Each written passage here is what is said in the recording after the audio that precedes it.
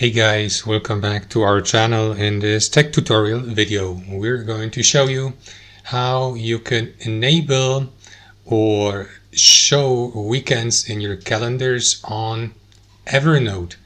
So let us dive into this. So head over to your account on Evernote, navigate to calendars, and here guys, you will see the given calendar with the overview to the left.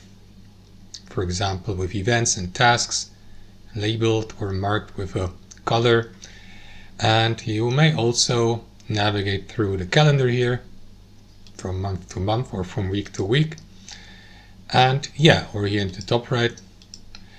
And what you want to do guys, as you can see, my view here shows only 5 days of the week, Monday to Friday. So if you'd like to show or see also the weekend for your projects and tasks, click into that More Actions button here, select Show Weekends, and that's it. You can enable or disable it through that menu.